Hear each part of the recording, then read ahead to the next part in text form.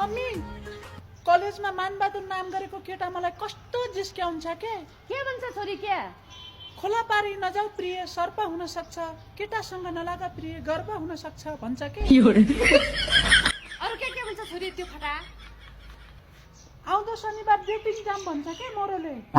dating पनि जंगलमा जाऊ गरे हेर त मम्मी डेटिङ पनि जंगल जान्छन् कस्तो फटा रहेछ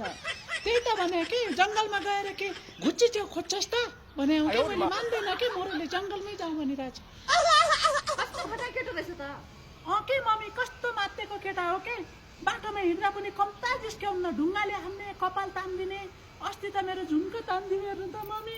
अस्ति नयाँ किनेको झुम्को यस्तो भेटायो भने चाहिँ कारवाही गर्छु म त्यसलाई चुप लाग्नु मम्मी त्यसलाई केही गर्न पर्दैन त्यसले जिस्काउँदाखेरि मलाई पनि त मजा आइरहेको हुन्छ बरु यसो गर्नु के मम्मी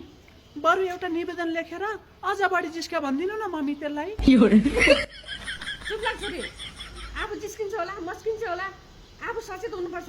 अहिले देशभरि बलात्कारको घटना कति धेरै बढिरहेको छ आफू सचेत हुनुपर्छ नजिस्किनु त्यसरी न हुन्छ के मम्मी हुन्छ म जिस्किन्न ल तर तपाईँ पनि ड्याडीसँग नजिस्किनुहोस् के अस्ति कस्तो जिस्केको देखिरहेको थिएँ